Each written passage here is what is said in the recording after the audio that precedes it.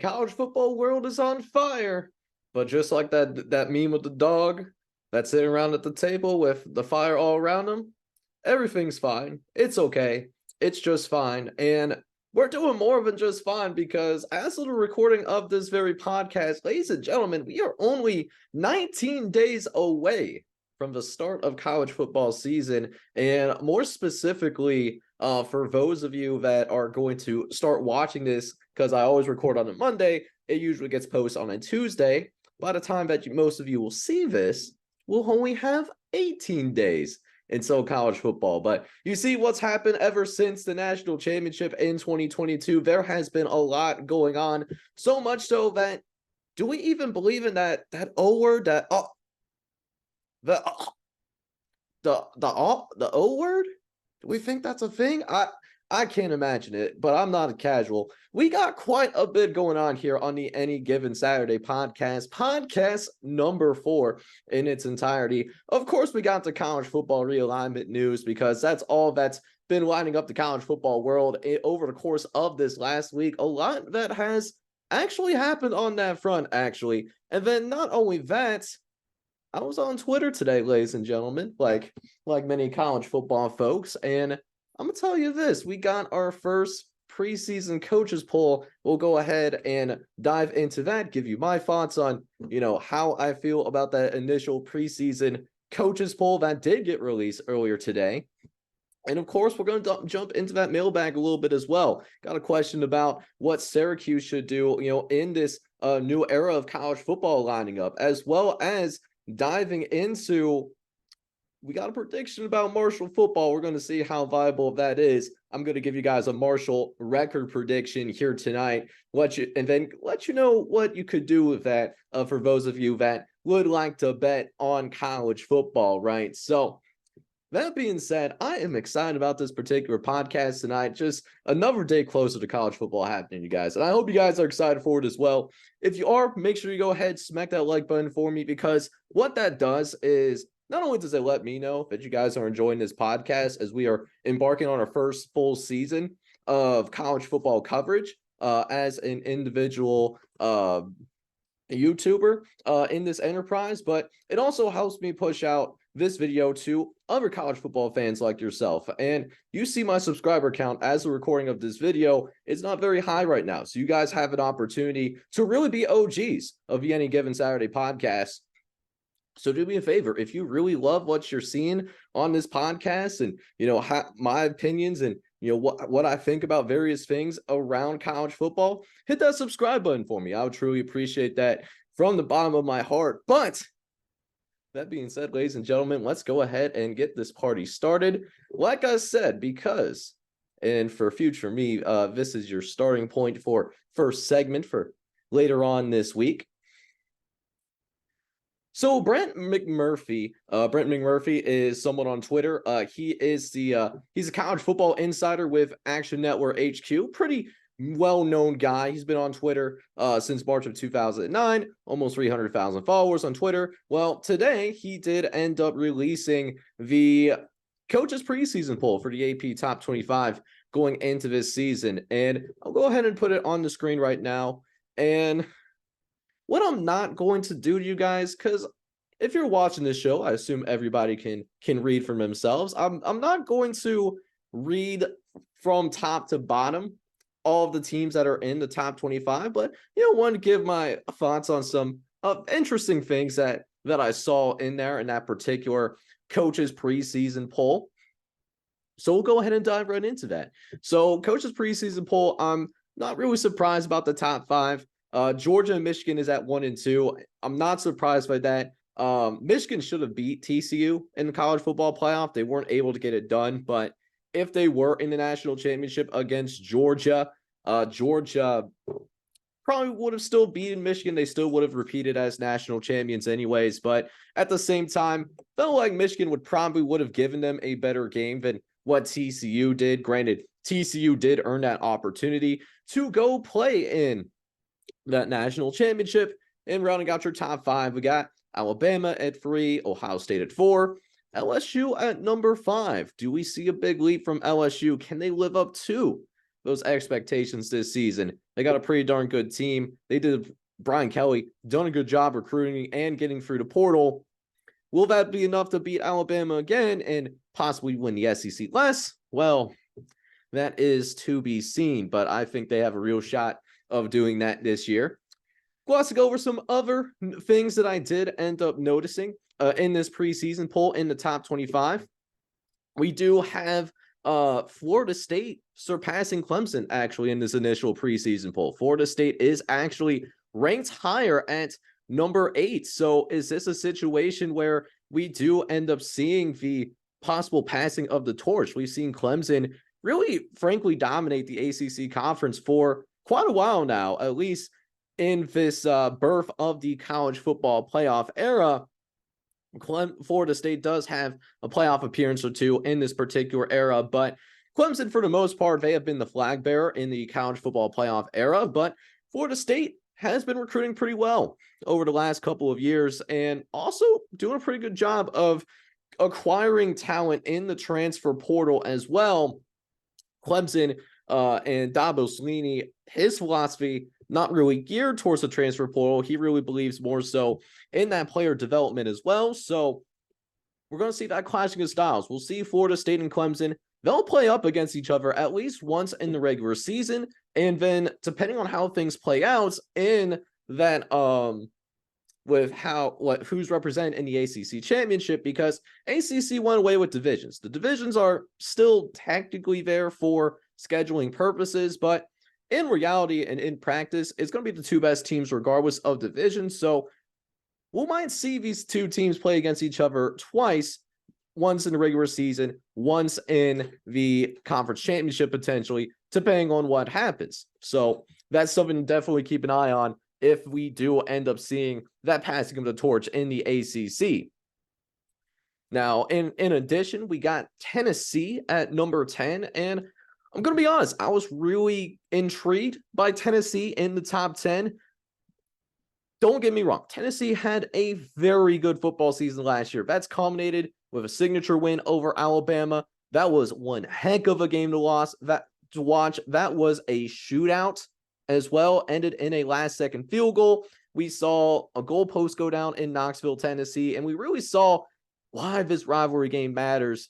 Because for a long time, Alabama did dominate Tennessee in the third Saturday in October, but Tennessee got one, and we saw the emotion in the aftermath of that game. But Tennessee, they got some questions, man. Tennessee lost some talent, particularly on the offensive side of the football. Hendon Hooker, he's now quarterback for the Lions, could be backing up Jared Goff whenever he gets back from injury. And then Jalen Hyatt, wide receiver, heck of a speed burner, top receiver for the Tennessee Volunteers last season.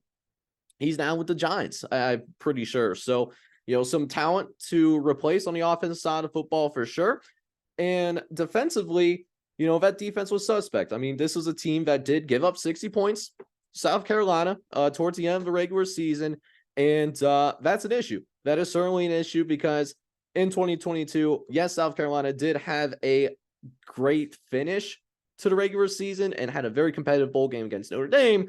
Wouldn't call them an offensive juggernaut, though. I think most of us would agree on that. So Tennessee's defense needs to step up and be a little bit better. Another big question, though, is Joe Milton. I believe he's the favorite, if he hasn't already been named starting quarterback for Tennessee.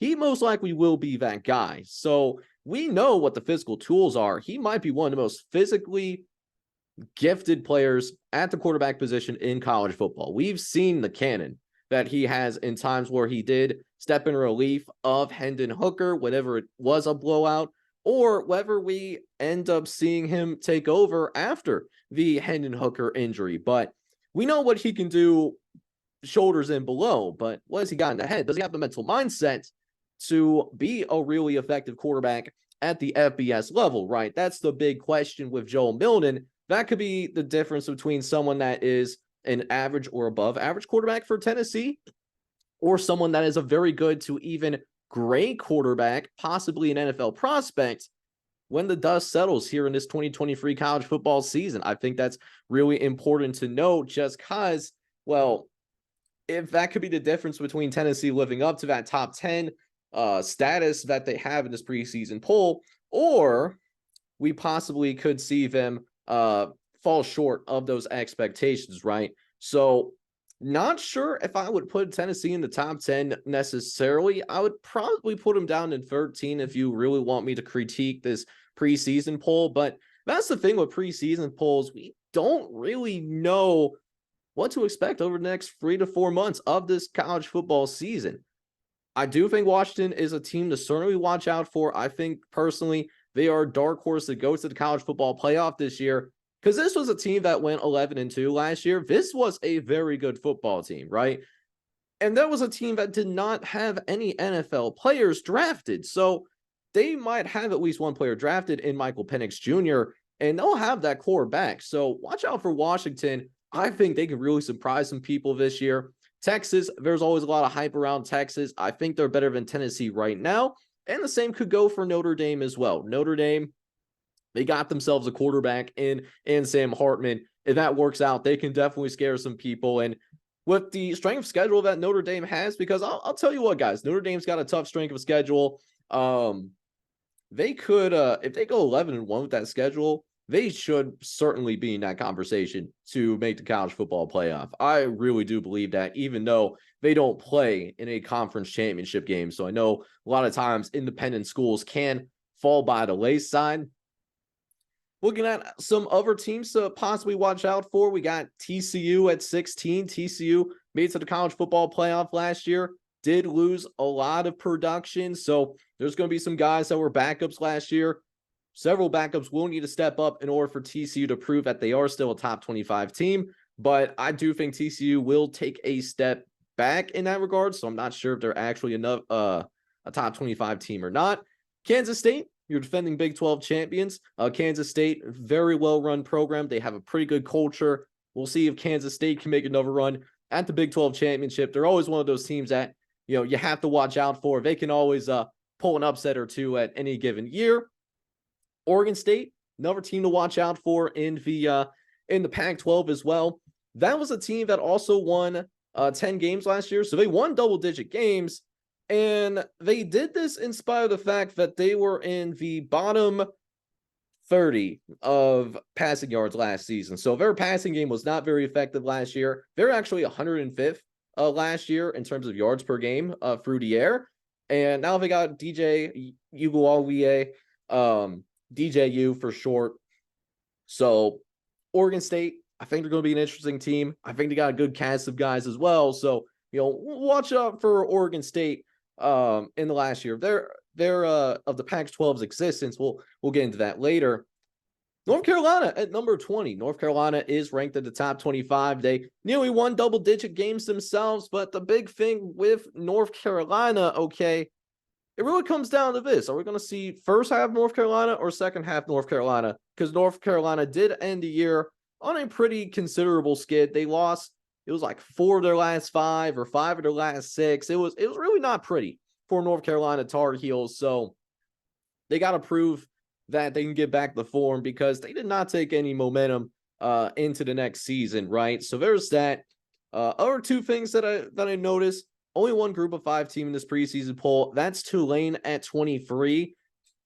I think Tulane could possibly take a step back, because it's just hard to build a consistent great product at the group of 5 level. Even some Power 5 teams have a hard time reloading. That's just the nature of collegiate athletics. You're always losing at least 20% of your roster. And I'm guessing in modern times, with the transfer portal and NIL as well, it's probably closer to a third of your roster every year on average. So Tulane's at 23, but I think in this preseason poll, they should have been a little bit higher, in my opinion. I mean, this was a team that did beat USC in the Cotton Bowl. I think they should have gotten some more respect than that. I think there's some other teams in the group of 5 that should gotten in as well. I think UTSA could have been one of those teams with how they performed this past season. And Troy was a double-digit win team too. They finished in the top 25. They were a top 25 team going in the bowl season. And I think they should replace the likes of an Oklahoma and a Texas A&M, because listen, both of those are big brands. They are big brand programs. Don't get me wrong. But Oklahoma went 6-7 last year. They did get better. They did certainly get better. There's no doubt about that. Texas A&M had one of the best. They had one of the best recruiting class. They were top 5 in composite talent in terms of 247 sports.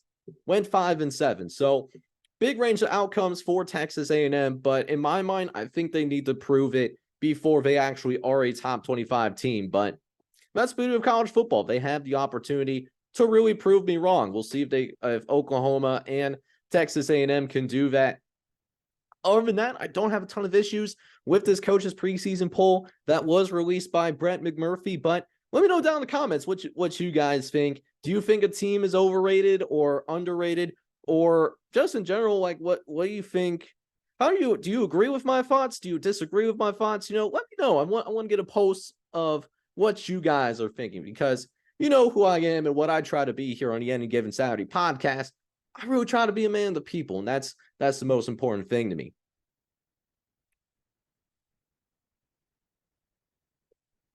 So always important to stay hydrated. By the way, we had a lot happen in this last week as well. We really did. It just seems like it was flying all over the place. And listen, we had to talk about it at some point. We knew that this was going to happen. College football realignment. A lot of it happened last week. Colorado was the first domino to fall, so to speak. Colorado was that first domino of that college football realignment for this cycle leading into the actual season.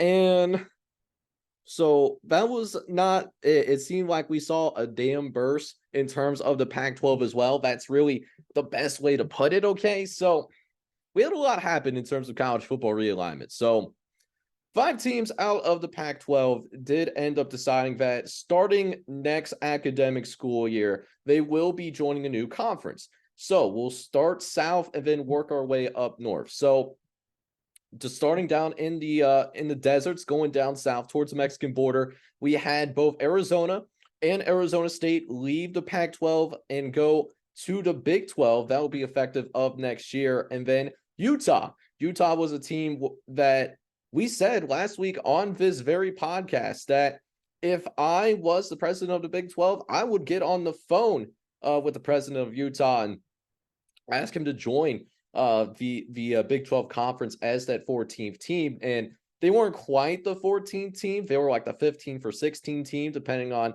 how you view things. But Utah is going to be joining the Big 12 as well. And I'm at least a supporter of that aspect. At least with that, it makes sense because Utah, they're going to be in the same conference as BYU. So the Holy War is going to have more national relevance because both teams are now considered about Power 5, right? So since both teams are going to be considered Power 5, what that does mean is that, we'll see that game have a higher profile, especially if BYU can really step things up here and, prove that, hey, if we are more than capable of playing with the big boys at the Power 5 level, okay?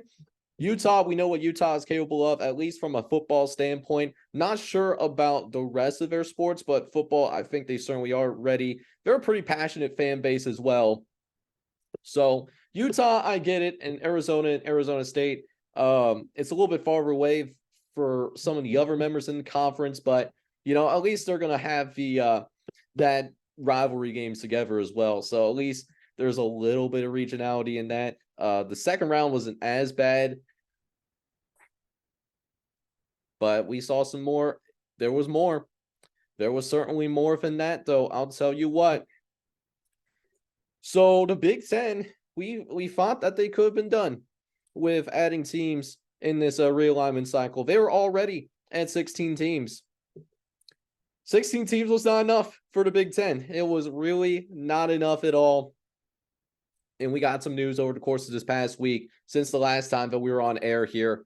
Oregon and Washington will be leaving the Pac-12 conference as well. They are going to the Big Ten. So Big Ten will now be at 18 teams. We will have an 18-team conference. Like, why?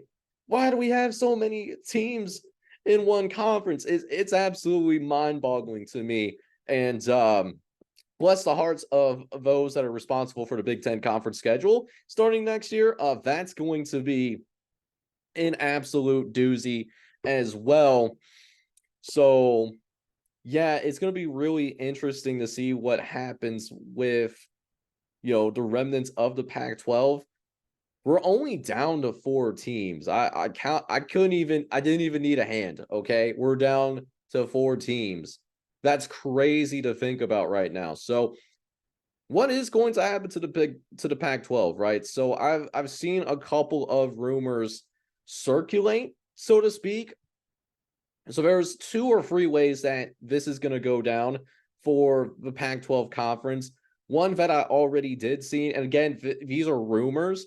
Nothing has been confirmed yet to this point, but by the time that I get back on air for podcast number 5, I would really not be surprised to see that happen yet again, where we get more news in terms of what's happening with college football realignment. So first possibility that could potentially happen here is we could see the Pac-12 merge with the Mountain West. So those 4 teams, Washington State, Oregon State, Cal, and Stanford, we could see them go over to the Mountain West, and that would be the quote-unquote premier conference of West Coast football, the only conference that would be specifically West Coast, because who cares about regionality anymore? It's all about the dollar signs, unfortunately. That's just the nature of college sports right now. And that's just a byproduct of having folks in a room that are responsible for the future of several college athletes, student athletes, coaches, athletic directors as well. And they don't realize what college football should be about. It should be about the regionality. It should be about the passions and the traditions. It's what it should be. But we're starting to stray away from that direction a little bit. And I truly do believe that college football realignment is going to be the biggest threat to not only college football, but for all of collegiate athletics. I mean, think about for those that are not in football, that are not in basketball, they're not going to get private jets. They're going to have to be in commercial flights at regular regional and international airports as well. I saw something on Twitter. Michigan, like the flight from Michigan to Eugene is actually farther than, say, Boston College flying to London, a completely different country, crossing an ocean as well. Like, it's insane. It's absolutely insane. And I've been on that flight from Ohio to Eugene. It's a long flight, dude. It is not, that flight is not for the weak whatsoever. My wife and I were struggling with that. But that is a possibility. Mountain West, I guess, would be the Pac Mountain Conference if they want to go with that. Pac Mountain, Mountain Pac, whatever you want to rock and roll with. They would jump up to 16 teams. That would include Stanford, Cal, Oregon State, and Washington State.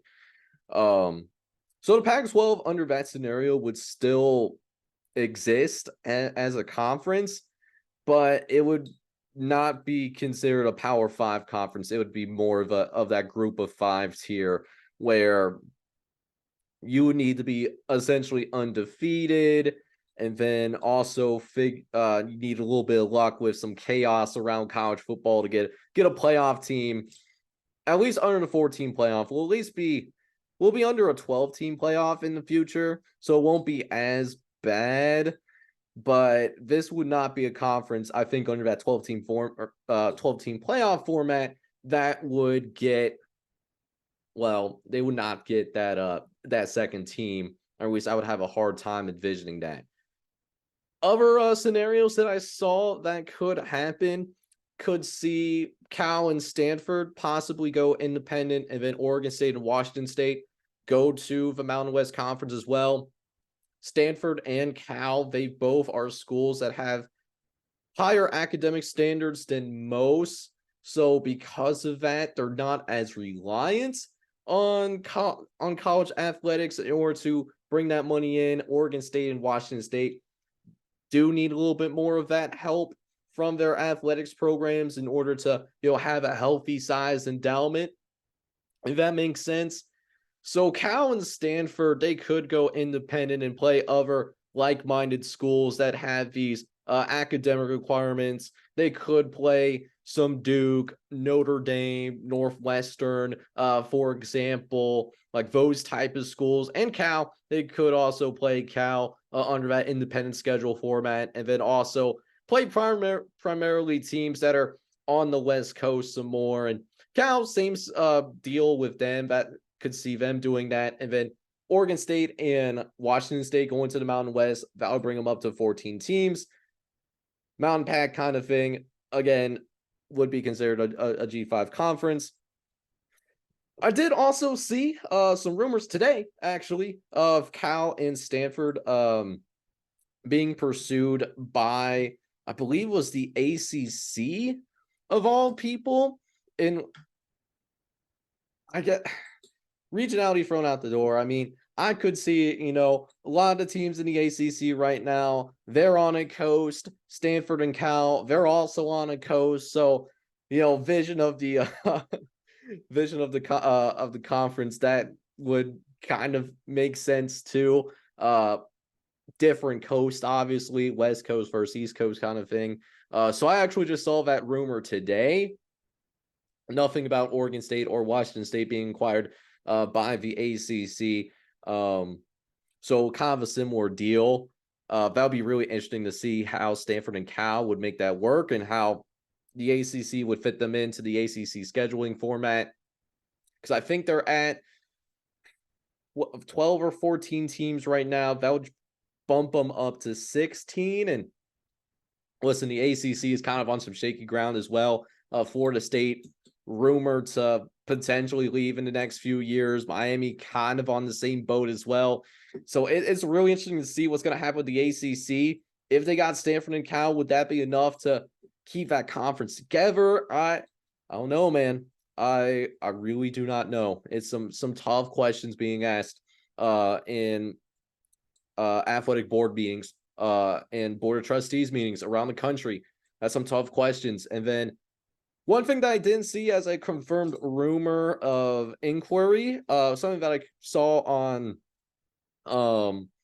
on TikTok, actually. I don't remember the TikTok guy's name. I do apologize for that. But Stanford and Cal could join the Big Ten, possibly get them to 20 teams. But before we say anything about that in the comment section, one thing that I do want to point out is that if the Big Ten does get to 20 teams, then what you could do for divisions at least is that one division could be the Pac-10, and that would have, like USC, UCLA, Stanford, Cal, plus Washington and Oregon, plus 4 of the Midwestern teams. And then the Eastern Midwestern teams could make up the Big Ten division. And then what you could do is you could possibly have those 2 teams meet at the Rose Bowl for the conference championship. I don't really know who mentioned that on TikTok, but I thought it was a neat idea. One downside to that, though, that at least in like a football standpoint, other sports might not be as bad. Like football, or no, basketball and baseball, you could probably play everybody like at least like one series and kind of like a round robin kind of thing. If the Big Ten would to do this, ultimately expand to 20 teams, you would have to go into a 9-game conference schedule, and you probably wouldn't play anybody in the other division. So that kind of defeats the purpose of having them in the same conference, in my opinion. But that would make it not as sucky, I guess, with Oregon and Washington going to the Big Ten. It's not a great option. It's not something that I love, but it's the one that I would maybe dislike the least, if that makes perfect sense to you guys. Because don't get me wrong, I'll enjoy USC and Ohio State play each other. I'll enjoy Michigan going to Altstadt Stadium. I am all for that all day long. I can get behind this, no problem. I guess I would prefer to have that more so as a non-conference game than as a conference game. But I'm just sitting in my house. I'm just sitting in my house. It's not a you can see in the background. It's nothing too crazy out in here, but I'm not in charge of making these kinds of decisions that could affect thousands of student athletes around the country. So that's not my it's not my lane. But I guess I wish it was in my lane. But that being said, though, speaking of realignment, I did want to take a chance to jump into the mailbag because there were a couple of guys that gave me a prediction or gave me a question that you guys want me to ask. So do want to take this time towards the end of this podcast here tonight to kind of like go over that mailbag and see what you guys asked me. Which, by the way, if you leave me a comment with a question that you want me to give my opinion on, or a team that you want me to give my record prediction for, leave that for me in the comments section. I do read all the comments here on this channel, and depending on what it is, it might be featured in a future podcast. So that being said, let's go ahead and dive right into that mailbag. We're going to start in the Discord because we do have a Discord for my main channel. This is my secondary channel, which I can't link yet because for some reason YouTube doesn't let me provide links in the description unless I build enough channel history, which, it is what it is. But J1K Parasopovis, he asked me if this is an unpopular opinion. Do you think Syracuse University should leave the ACC or have regret joining during the last realignment? So this is an interesting question. So for those of you that maybe don't remember fully, so Syracuse in the late 2000s, they were part of the Big East Conference, and the Big East was actually a pretty good sized conference. It was probably about like 14, 16 teams if you count its FCS members. But what ended up happening in that late 2000s, early 2010s, what ended up happening is those FCS members of the Big East, well, they ended up splitting away from the football members of the Big East that were playing football at the FBS level. So originally there were 8 teams in the Big East for football, but also that being considered, after that happened, the Big East did change its name. They were in the American for a little bit. Well, Syracuse was not in that American conference for very long, if at all. They ended up joining the ACC, which at the time, the ACC was considered one of the best basketball conferences in the country. Duke was at its hype. North Carolina was a blue blood as well. I don't think nowadays, I think the ACC is that good of a basketball conference. I think from a basketball standpoint, I think that conference as a whole is overrated, since Duke and North Carolina, they're not as good as they used to be. And Miami's got some good teams, but we haven't seen Miami really burst onto the national scene. Like, they've had the occasional like Elite Eight appearance, but there's not a lot going on in the ACC nowadays. Even Syracuse has fallen off as a basketball program, although their football team has certainly been solid. There's nothing bad about their football team. I think they're a solid football team. In my personal opinion, one that really can see a culture building there. So do I think Syracuse should leave the ACC or have regret joining during the last realignment? And this is a tough question. I think it really depends on where you want to, what you care about more. Do you care about your football program, or do you care about your basketball program? So the reason why I asked that is that Syracuse is more known for its basketball prowess than its football prowess. Although basketball has been down at Syracuse for the last few years, if you care more about your football program, there's 2 ways that this could go.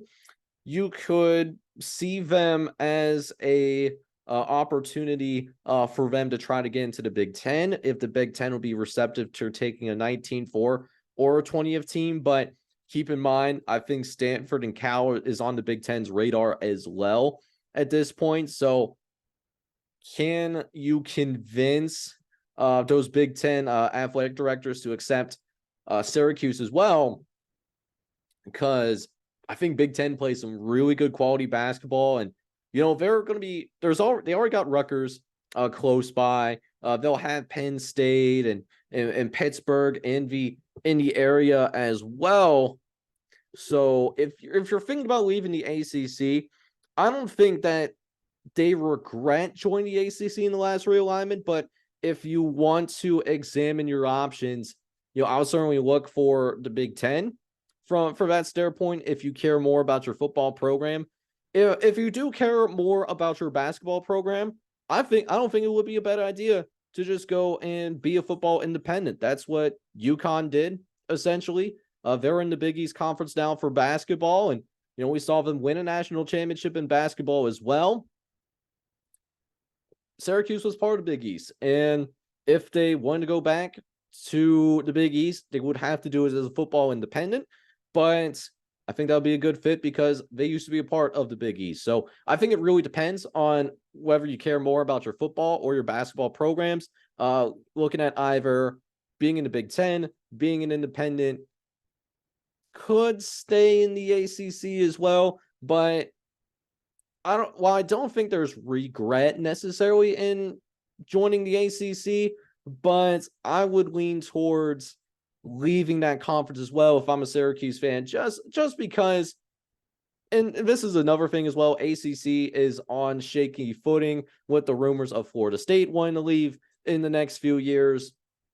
It could get a little bit dicey, and I'm sure Syracuse doesn't want to be bamboozled in that, and could also be one of those things where we see the buyer's remorse after the fact. We might not see that buyer's remorse like in the year or in 2 years, but within like 5 to 10 years, you might realize that maybe leaving your current conference isn't the best of ideas.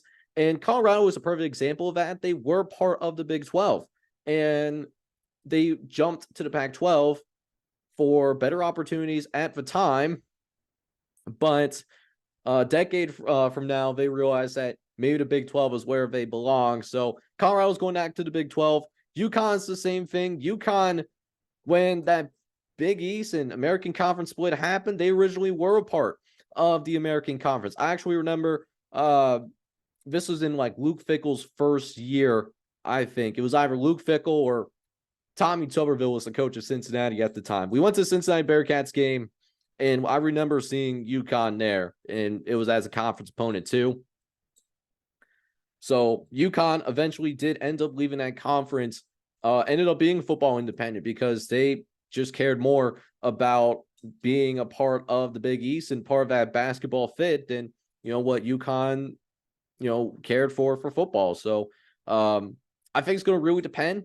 There might be a little bit of a case of buyer's remorse for Syracuse too, but we won't know until 5-10 years down the road if we do end up seeing Syracuse leave the ACC. But to answer your question, I think Syracuse should absolutely consider leaving the ACC, considering that it is on shaky ground right now.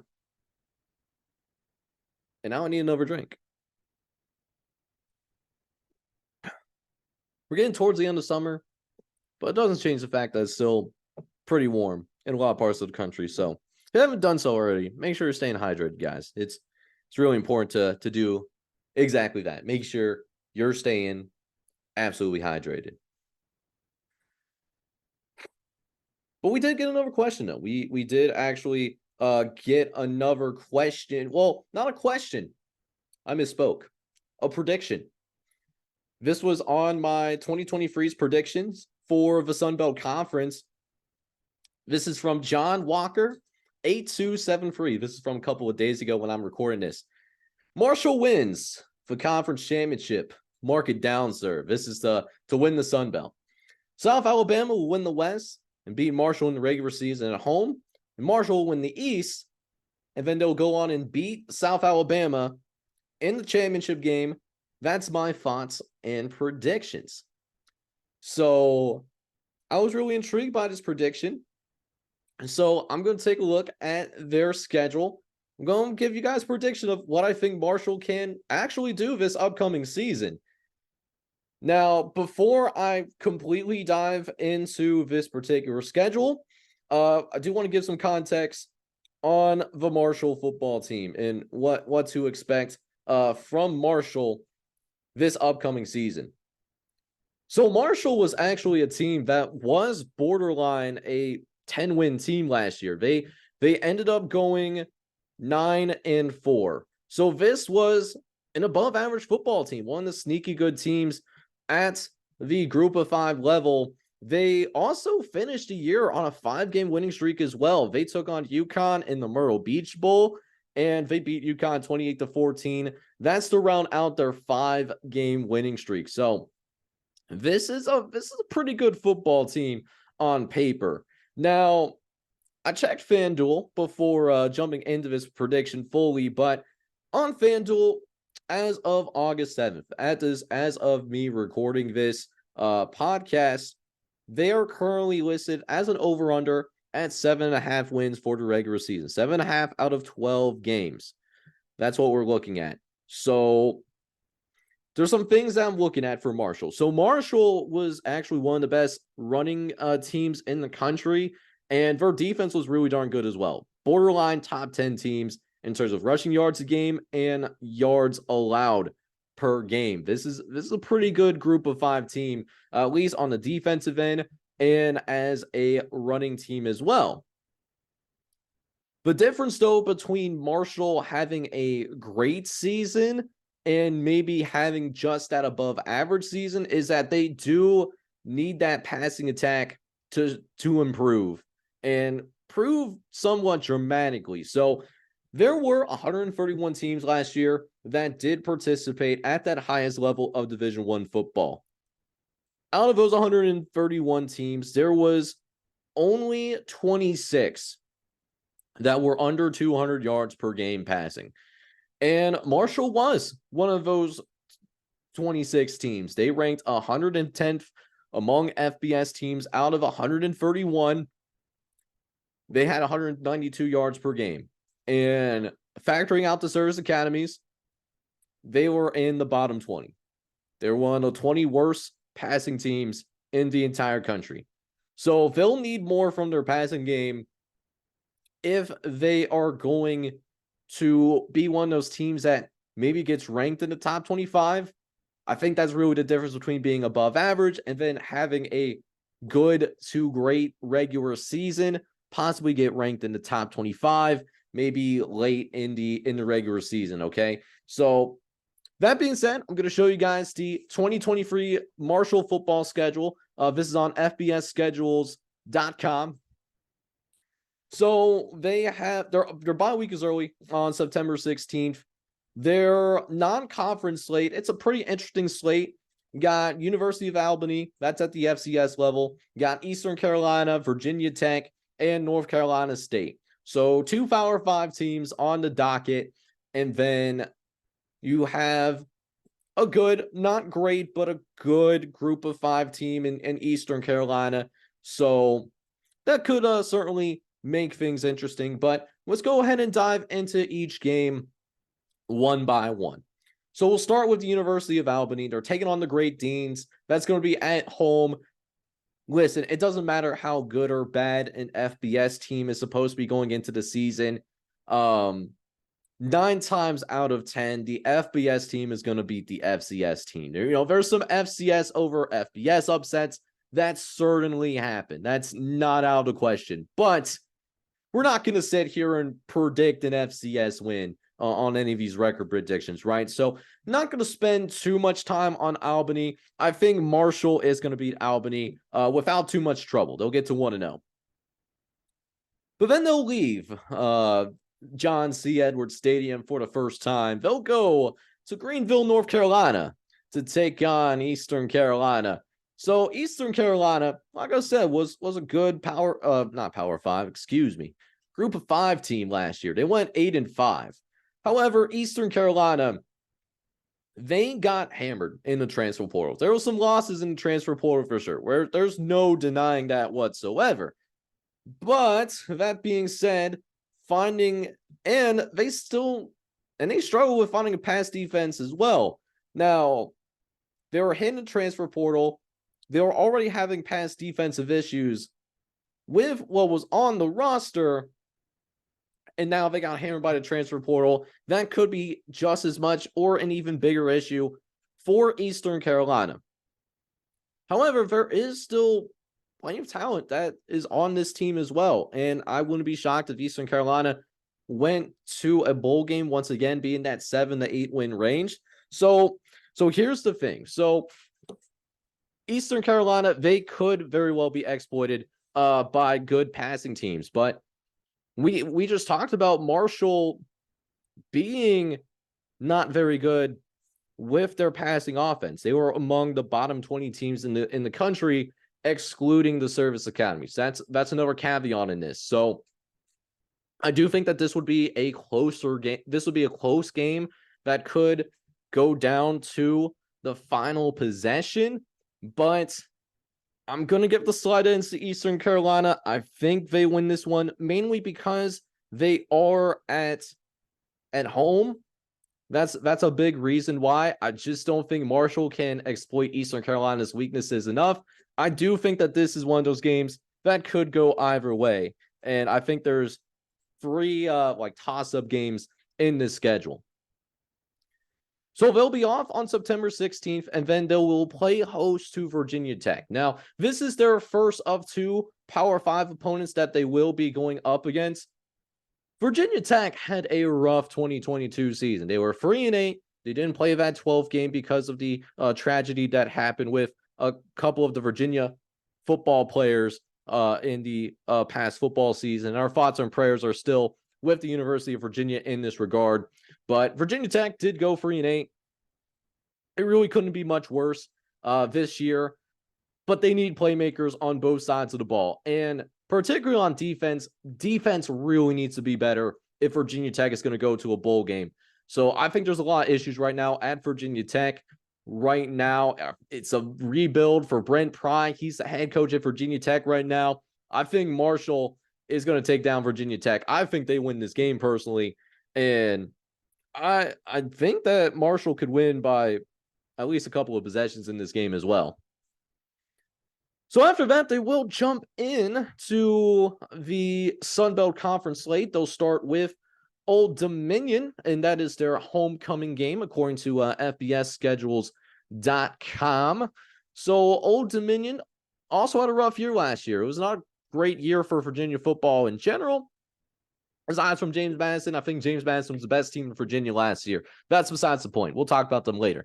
There was nothing working right for Old Dominion. It was, kind of a similar situation with what Virginia Tech needs. They frankly need more difference makers on both sides of the ball. I think this is a team that's also trying to not even reload. I think they're trying to rebuild and, still get adjusted to FBS style football and that higher Division I level. I think Marshall is going to have their way with Old Dominion as well. So going into North Carolina State could be a sneaky good team. They'll be 3-1. I'm talking about Marshall, of course.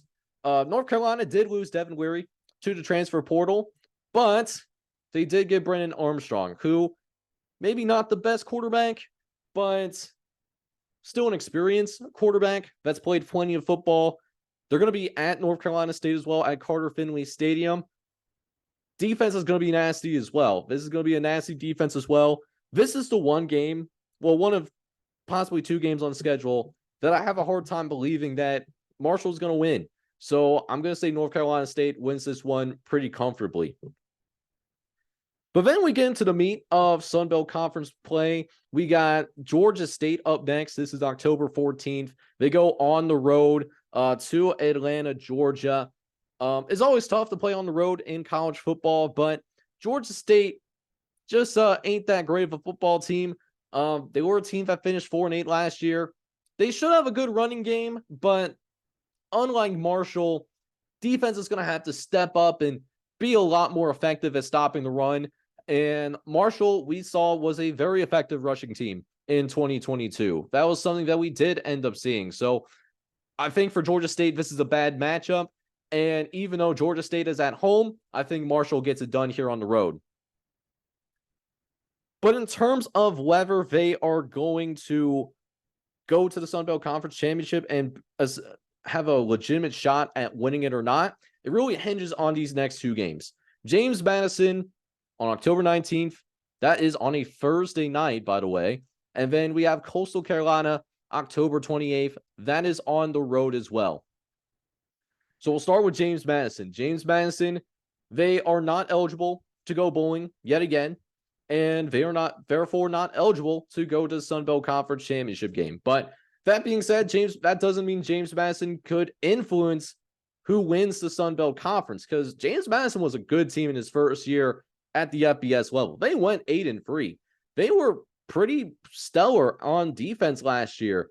And this is a sneaky good team that had some under the radar pickups in the transfer portal. And if it wasn't for the fact that they are still ineligible because of the transition rules, I could see James Madison win the Sun Belt. I really could. That is a legitimate possibility. But that's not the case, because the NCAA has archaic rules. Like, for the transition rules, it would make sense if they were going down a level to have that transition rule in place. But if I'm going up and I'm still proving that I can compete for conference and championships and bowl eligibility, I should be able to go. I should be allowed, right? That should be the case for me. But that being said, James Madison is a really good team. This could be a really close game as well, but I actually think James Madison wins this one close. Again, I'm going to call this one yet another coin flip. Meanwhile, on the road against Coastal Carolina. Coastal Carolina is a talented team as well. They went 9-4, and they're not going to have any problems on offense at all. This is going to be a fun team to watch in Coastal Carolina. The thing with Coastal Carolina is their defense fell off a map last year, and Grayson McCall can't do everything. So if Coastal Carolina is going to be one of the premier teams in the group of five, it's really going to hinge on how effective their defense is going to be. But that being said, Coastal Carolina, they are going to be at home just outside of Myrtle Beach, South Carolina. I see this as a coin flip game too, and I think because of that, I think Coastal Carolina narrowly wins this game as well. But then they go play against Appalachian State. Appalachian State, they are not very effective on the defensive side of the ball. But they were a lot of fun on offense, though, particularly running the ball. But Marshall was pretty effective on defense, so I see them beating Appalachian State. Georgia Southern, meanwhile, Georgia Southern, solid team, pretty decent football team in the, like group of five. If you do want to go ahead and say that, Clay Helen is actually the coach of Georgia Southern, by the way. But again, it comes down to the defense. Georgia Southern's defense is it's going to be interesting to see what happens with them moving forward. But this could be one of the best offenses in the Sun Belt. However, they're not balanced enough as a football team. So I think Marshall beats Georgia Southern here. South Alabama, I think this prediction could ring true because I do have South Alabama winning the Sun Belt. I could see this as a firm loss here, but then they'll finish the regular season against Arkansas State. Butch Jones still in a rebuild. He's actually the one coaching this Arkansas State team. The offensive line is shaky, and if you don't have that great of an offensive line, that's going to be an issue no matter who you're playing at what level. So I see Marshall winning against Arkansas State to end the regular season. So I mentioned that going into the Marshall schedule prediction that FanDuel does have them over under at 7.5 wins over the course of the regular season. I think there's a couple scenarios that could play out. If there's no improvement in the passing game at all, I could see this as a team that does end up going 7-5. They'll end up with losses to Eastern Carolina, James Madison, and Coastal Carolina on top of NC State and South Alabama. But if that passing game does improve and there's actually a significant improvement, I think this is a team that can flirt with double-digit wins in the regular season and be ranked in the top 25 by the College Football Playoff Committee. I think that's something that seriously could happen. So the ceiling of this team, I think, for Marshall, at least in the regular season, 10-2, possibly 11-2 as well, if that ends up working in their favor. But I truly think that we're probably going to get something in the middle when it's all said and done. Averaging it out, Marshall's probably an 8-9 win team, a team that certainly is capable of winning the Sun Belt. I think South Alabama slightly better at this point, but I would not be shocked if Marshall won the Sun Belt this year. So in terms of, and if you want to go bet on FanDuel, if you want to bet on this Marshall team, I would be comfortable with going over at that 7.5. I think this is truly a team that could win 8 or 9 games. Oh, excuse me, that's sexy in most circumstances. So yeah, and I think in the coming days, I think I will put in a bet slip in on the Marshall Thundering Herd this upcoming football season. So we'll see what happens on that front, and when the dust settles, we'll see how things end up shaking out when we get to that down the road. So guys, that is all that I got going on here in this particular podcast. I really do appreciate you guys listening for the whole thing. First of all, if you made it through this entire podcast, first and foremost, you are the real MVP. Like I said, guys, if you are enjoying this content, if you are enjoying what you see here on the Any Given Saturday podcast, do me a favor, guys. Go ahead and hit that like button for me, because that not only does that let me know that you guys like what I'm talking about, but it also lets me know as well that, hey, man, that we deserve more than what we got going on this channel right now. And then the YouTube algorithm will realize that and get it out to more college football fans like yourselves. And not only, and speaking of those college football fans, I was checking the analytics. 97% of you guys that are watching this podcast are not subscribed. So there's a lot of you that are coming in and watching this content, but barely any of you guys that are subscribed. So, dude, it'll only take a couple of seconds. I'm not trying to take too much more of your time, but hit that subscribe button for me. I would truly appreciate that. And then you can have the pleasure of being one of the OGs here in this community. But with that being said, we're going to go ahead and get ready to sign off here. But I hope you enjoyed this another edition of the Any Given Saturday podcast. I'm your host, Jake. And that being said, I hope you guys have a wonderful night, and not too many nights away from college football. I'm really excited for it. I hope you guys are too. But for now, I'm going to sign off. I hope you guys all have a good night. Take care, everybody.